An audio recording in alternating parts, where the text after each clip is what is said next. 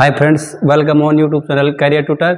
तो हमारी जो मैथ रीजनिंग एंड डीआई की जो क्लास चल रही थी, तो हमने 2 क्लासें पूरी कर ली। तो आज हम जो थर्ड मैराथन है वो शुरुआत करेंगे। तो आज का जो सेशन है उसका पहला क्वेश्चन क्या है वो देखो। पहला क्वेश्चन क्या है कि भाई ए, बी और सी एक निश्चित राशि आपस में साझा करते हैं, यानी कि 3 व्यक्ति हैं, 3 पार्टनर हैं और एक राशि को आपस में बांटते हैं। तो ए बोल रहा है कि मुझे तो पूरी राशि है उसका 35% हिस्सा चाहिए, और बी बोलता है कि मेरे को 1500 रुपये चाहिए, और सी इसी तरह सी बोलता है कि जो कुल राशि है उसका 120 भाग मेरे को चाहिए। तो जो मूल राशि है वो पूछ रहा है कितनी है। तो देखो ये तो है नहीं भाई, हम 10वीं क्लास का सवाल कर रहे हैं, क्योंकि यहाँ पर टाइम की मारामारी रहेगी। तो कर तो सकते हैं हम एक्स के तरीके से भी, लेकिन यहाँ पर एक बार 4 ऑप्शन दिए गए हैं, हम इन पे भी निगाह दौड़ाएंगे बगैर एक्स की तरफ जाने की तरफ, क्योंकि टाइम कम है। कर भी देंगे, एक्स से भी कर देंगे इसको, लेकिन 5 मिनट लगेंगे। नंबर कितने मिलने? 2 ही, क्योंकि ये क्वेश्चन 2 नंबर का है। तो अब मैं तो एक्स से भी बताऊंगा, लेकिन आपको पेपर में ऐसे नहीं करना है एक्स का। तो अब ये देखो 4 ऑप्शन हैं। अब इनमें आपको सबसे अच्छी शक्ल किसकी दिख रही है? सबसे अच्छी शक्ल किसकी दिख रही है? मेरे को तो इन चारों में देखो 2000 की दिख रही है सबसे साफ सुथरी शक्ल। तो मैं ए ऑप्शन उठा के कर रहा हूं। तो यानी कि 2000 का 35%, क्योंकि ये हिस्सा किसको मिलना है? ए को। तो 00 है, 00 कैंसिल, और 35 गुणा 20 यानी कि 700। ये रुपए किसको मिले? ए को, और बी को मिल गए 1500। तो 2200 तो यहाँ और ये टोटल, और ये राशि ले रहा है 2000। तो ये तो कट अपने आप ही होगा। अब ये कट होगा तो देखो, एक तो ये कट होगा अपने आप, क्योंकि ये 2000 से कम है। अब आगे बात इन दोनों पे, तो देखो अरे मैं 2500 रुपये ले रहा हूँ और इसका हमें 35% चाहिए। 35% चाहिए, तो क्या हो जाएगा? 35% क्या होगा? 00 से 00 कैंसिल, और 25 गुणा 35 यानी कि 25 5 125, 12 25 75 77 और 87। तो यानी कि 875 रुपये जो राशि मिली वो किसको मिली? ए को मिली। इसी तरह बी को कितनी मिल रही है भाई? 1500 रुपये। तो ये टोटल कितना हो जाएगा? या फिर देखो 2500 रुपये राशि ली हमने, और ये जो 1/20 राशि ले रहा है, ये कौन ले रहा है? सी। भाई हमें ए की राशि पता चल गई, बी की चल गई, बी क्योंकि बी की तो क्वेश्चन में दे रखी है, और हमें सी की निकाल लेनी है। तो 10 से 10 और 2 से काटेंगे तो 2 एकम 2, यह और ये तो, और 2 दूनी 4 और 2 पंजो 10। तो 125 रुपये ये रहे और 875 ये रहे। तो कितना हुआ? ये सभी को सम कर देंगे, यानी कि 875, 1500 और 125। अगर ये सारे टोटल इनका सम करेंगे, अगर इन तीनों संख्याओं का सम करेंगे, अगर इनका सम करने पर 2500 रुपये आ गया, तो जो हमने ऑप्शन उठाया वो सही है, वरना गलत होगा। तो ये देखो बनेगा 875 और 125 1000, और 1000 और 1525। तो यानी कि जो हमने उठाया था वो बी ऑप्शन वो राइट था। देखो कितना का टाइम लगा? मिनिमम 1 मिनट लगी होगी। और अगला क्वेश्चन क्या है कि एक गन है, एक बंदूक की जो गोली है वो 2 सेकंड में 55 मीटर की दूरी तय करती है। तो वो बोल रहा है कि वो जो उसकी चाल है वो किलोमीटर प्रति घंटे के हिसाब से देखे तो वो कितनी होगी। तो सबसे पहले तो हमें क्या चाहिए, चाल चाहिए, चाल। तो चाल का जो सूत्र होता है वो क्या होगा, यानी कि दूरी बटे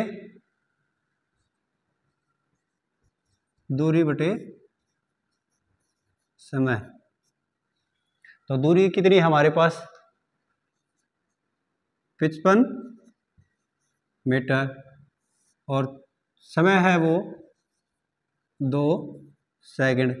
अब देखो एक तो होता है 18/5 और 5/18। अब कई तो इसको कंफ्यूज करने में रहेंगे कि भाई आगे भाई ऊपर ये जाएगा ये जाएगा। अब आपको एक छोटी सी बात बताता हूँ कि क्वेश्चन के लास्ट में देख लेना, क्वेश्चन हमसे किस में मांग रहा है, क्वेश्चन किस में मांग रहा है। तो क्वेश्चन का जो आंसर मांग रहा है वो किस में मांग रहा है, किलोमीटर प्रति घंटे में, यानी कि बड़ी इकाई में मांग रहा है उत्तर। तो इन दोनों में बड़ा क्या है, 5 बड़ा है या 18 है, तो 18 बड़ा है। तो 18 ऊपर चला जाएगा और भाग में 5। तो 5 से काटेंगे तो 11 पे कटेगा, और 2 से काटेंगे तो 9 पे कटेगा।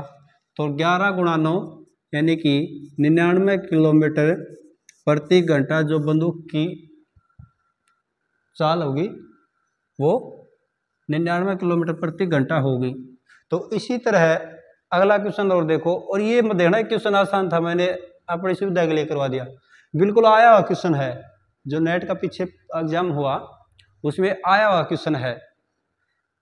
आगे देखो, तो अगला क्वेश्चन क्या है, रीजनिंग का है। देखो कि भाई अब की बार क्या दे दिए, 2 कथन दे दिए। भाई पहला कथन है उसमें क्या बोल रहा है कि हर बार एक डिवाइस जब नेटवर्क से जुड़ता है तो इसे आईपी एड्रेस यानी कि इंटरनेट प्रोटोकॉल होता है वो एड्रेस दिया जाता है। और दूसरा क्या कह रहा है कि कथन 2 में डिवाइस जो कभी भी डिस्कनेक्ट नहीं होते उनका एड्रेस सेम रहता है, एक समान रहता है। तो अब ये देखो कंप्यूटर का है कि जब हर बार एक डिवाइस जुड़ेगा, जब नेटवर्क से एक डिवाइस जुड़ेगा तो जो उसका एड्रेस होता है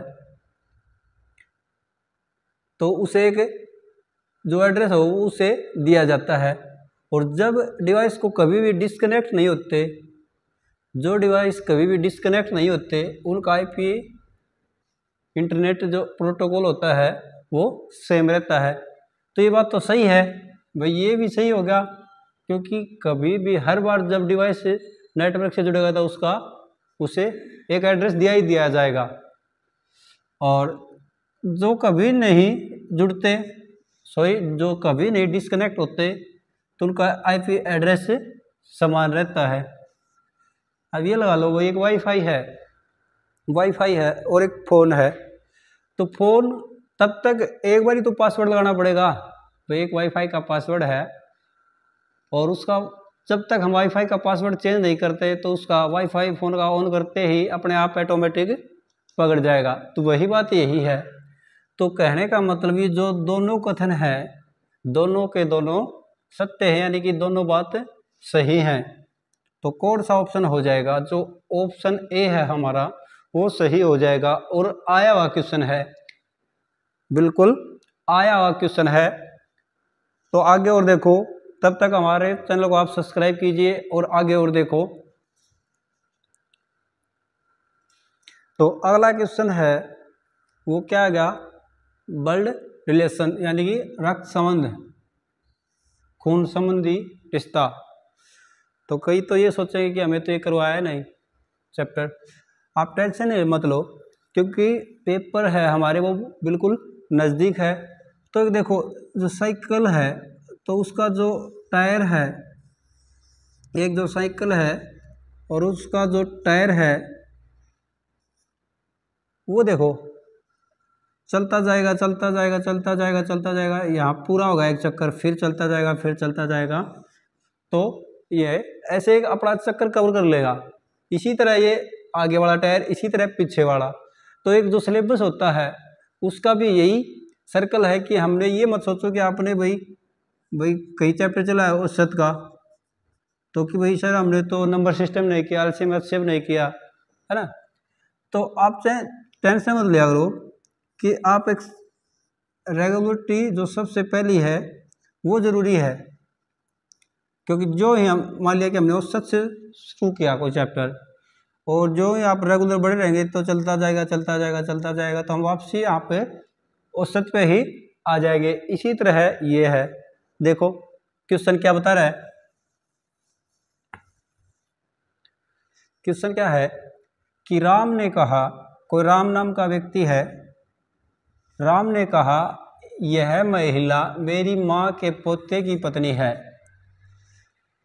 क्वेश्चन दोबारा पढ़ो। राम ने कहा यह महिला मेरी माँ के पोते की पत्नी है। तो राम अपनी माँ का इकलौता पुत्र है या बेटा है और उसकी कोई बहन नहीं है। तो जो राम नाम का व्यक्ति है वो उस महिला से क्या संबंध रखता है। जो क्वेश्चन और बल रिलेशन का क्वेश्चन आए पेपर में, तो जो भी क्वेश्चन वो अपने ऊपर लेके करना, बिल्कुल अपने ऊपर लेके करना। तो क्या है, पहले राम नाम का एक व्यक्ति है, ये रहा भाई राम, हो गया। और इस जो राम नाम का व्यक्ति है इसकी माँ है, तो वो इससे ऊपर वाली पीढ़ी में आएगी, ये रही भाई उसकी माँ। अब देखो राम ने कहा एक महिला है, यहाँ पे ये रही भाई महिला,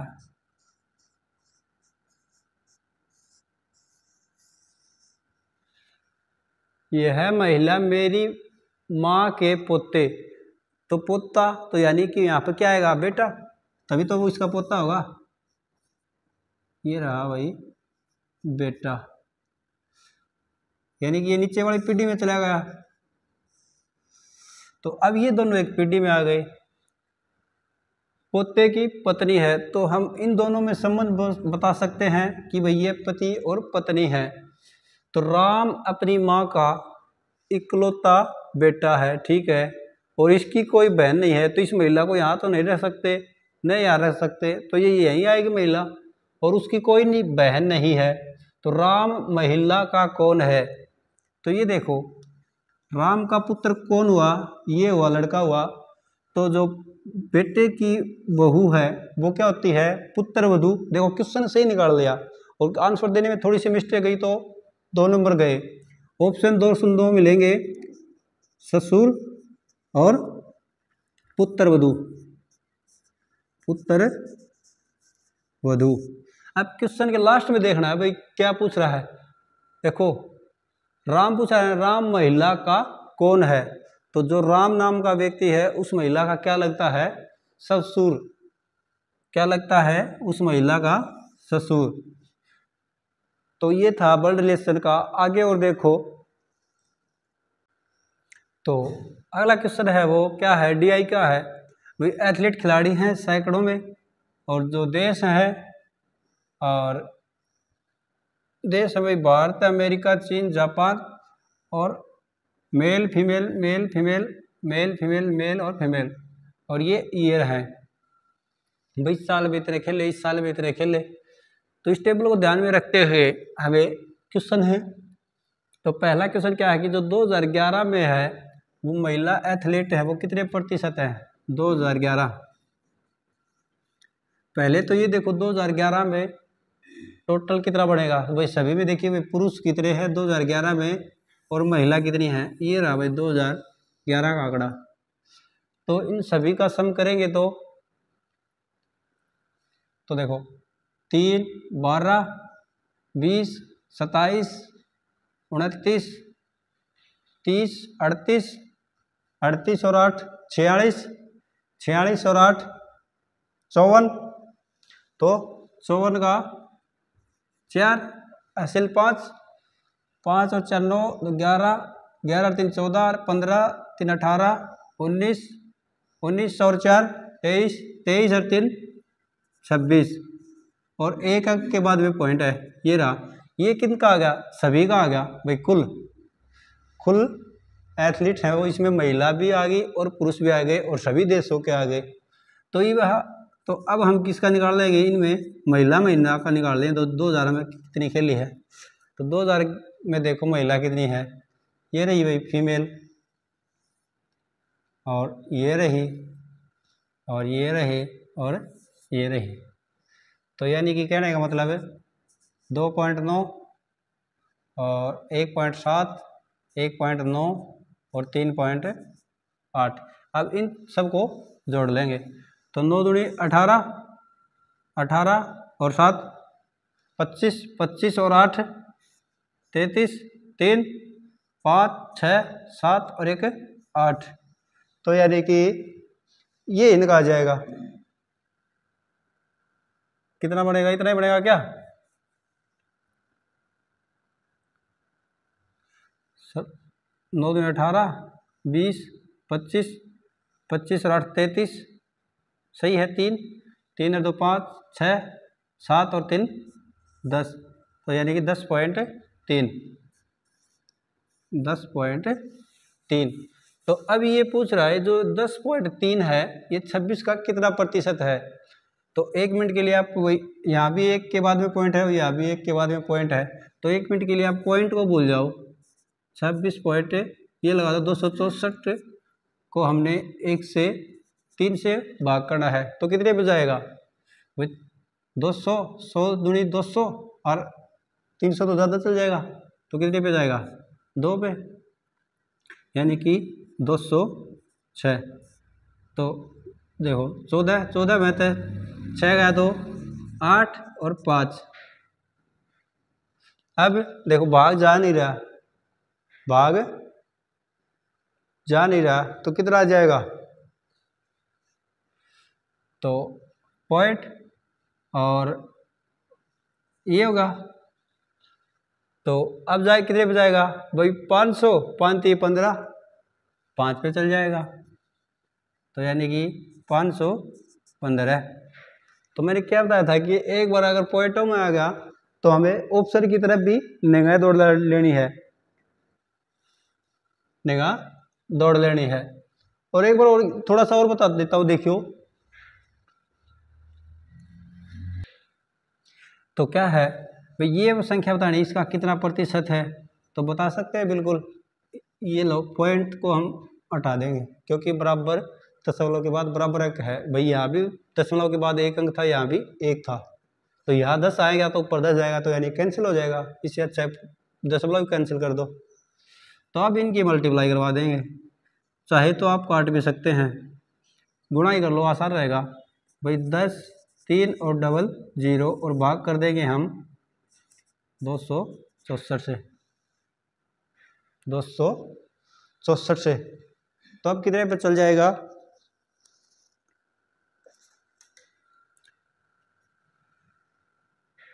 6 और ये देखो लगभग लगभग 3 पे जाएगा, क्योंकि 4 पे तो 250 तो सीधा ही होगा भाई, 250 से 10 ज़्यादा है 160, तो 1000 से फालतू जाएगा। तो ये 3 पे ट्राई करेंगे हम, तो 4 तिया 12, 6 तिया 18 और 1 19 और 3 दूनी 6 और 1 7, तो ये चल जाएगा। अब देखो यहाँ पे इकाई अंक 3 आ गया। अब मैं तो इसको पूरा भाग नहीं करूँगा क्योंकि इस तरह पूरा क्वेश्चन करने के लिए अभी टाइम भी नहीं है। अगर क्वेश्चन हार्ड बनेगा तो उसका ऑप्शन हमें आसान देगा, तो इसका ऑप्शन इस टाइप का दे रखा है हमने। देखो भाई, एक तो दे रखा है 39%, एक 48%, एक 52% और एक 62%। तो देखो एक इकाई अंक हमें पता चल गया भाई 3 है, तो आगे मैं क्यों जाऊंगा, एक बार क्वेश्चन सोल्व करते करते हमें ऑप्शनों पे भी निगाह रखनी है कि भाई ऑप्शन में क्या दे रहा है। तो आगे और देखो इसी टेबल को ध्यान में रखते हुए, तो देखो ऑप्शन क्या है कि जो 2010 से 14 के दौरान किस देश का जो कुल पुरुष और महिला अनुपात है वो सर्वाधिक है। तो अब देखो ये रहा 2010, फिर 11, फिर 12, फिर 13, फिर 14, फिर ये सभी ईयर का पूछ रहा है भाई। भारत में है, जैसे क्या है, भारत है तो भारत में कौन कौन है, महिला और पुरुष, तो यानी कि मेल और फीमेल। तो अब देखो 2010 में कितना है, 3.6 है, 11 में 4.3, 12 में 5.3, 13 में 6.7 और 14 में 8.3।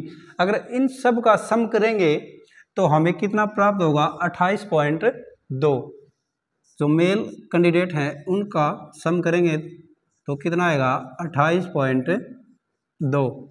इसी तरह जो फीमेल कैंडिडेट हैं भारत में जो 2010 से लेकर 14 तक, वो कितनी हैं, 21.5। इसी तरह अमेरिका का देखेंगे, चीन का देखेंगे, जापान का देखेंगे। तो अब देखो टाइम की कमी है तो थोड़ा फास्ट करेंगे, और तब भी आपको कोई समझ में ना आए तो आप कमेंट सेक्शन में ज़रूर बताएं आप अपनी राय। तो ये देखो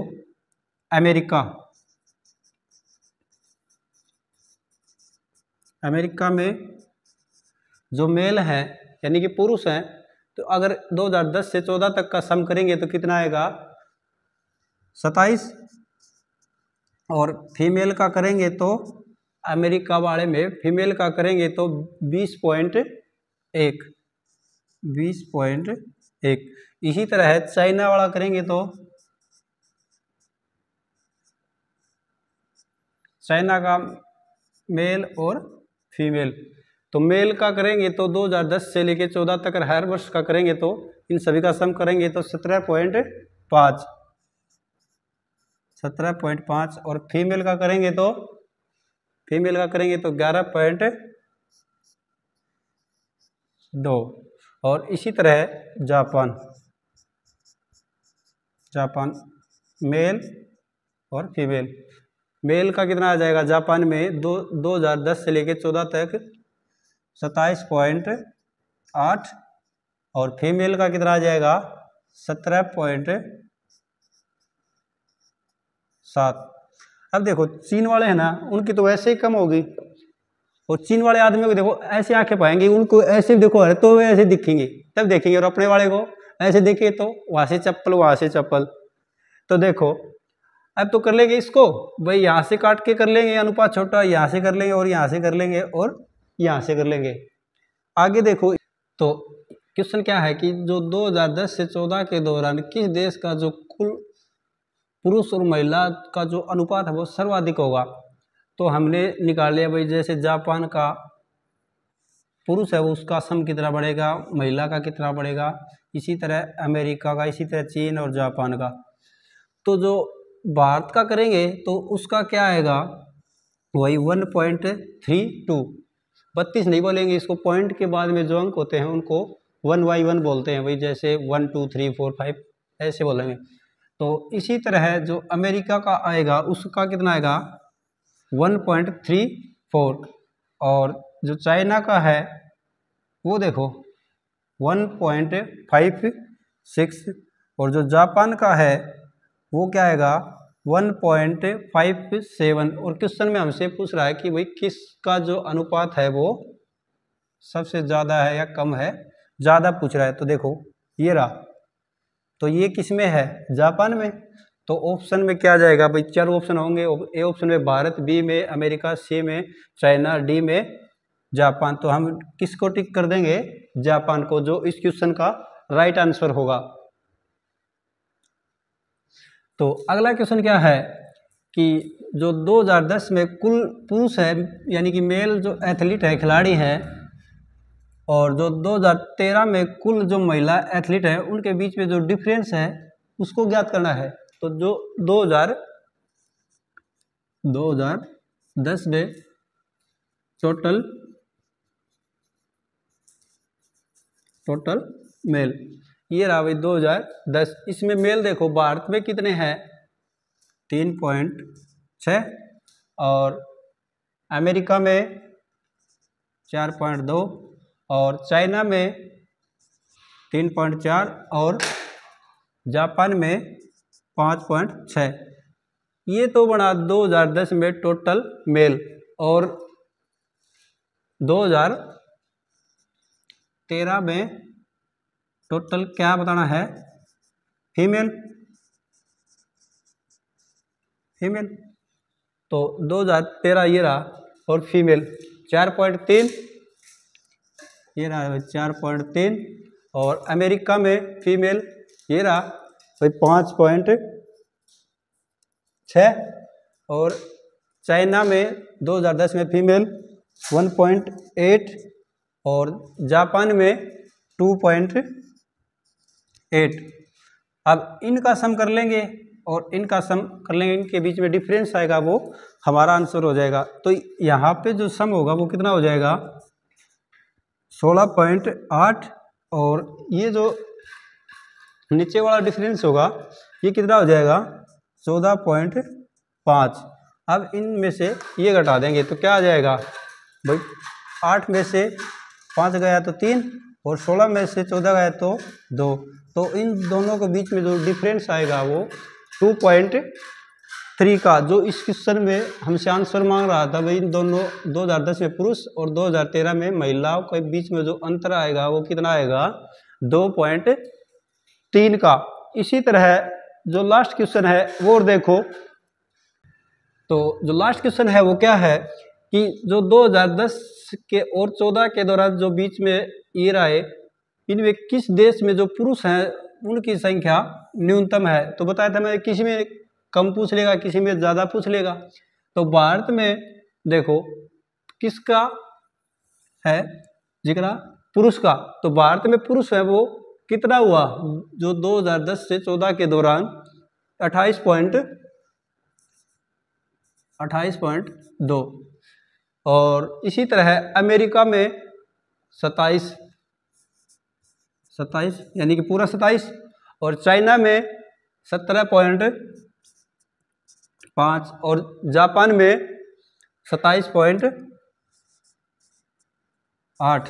तो अब देखो, अब हमारे पास 4 आंकड़े आ गए, तो इसको देख के हम बता सकते हैं भाई कौन सा न्यूनतम है या कौन सा अधिक है। तो क्वेश्चन में क्या पूछ रहा है भाई न्यूनतम, तो न्यूनतम इन चारों में कौन सा अंक है, तो यानी कि 17.5 यानी कि 17.5, वो कौन से देश में डिनोट कर रहा है कि चाइना को डिनोट कर रहा है।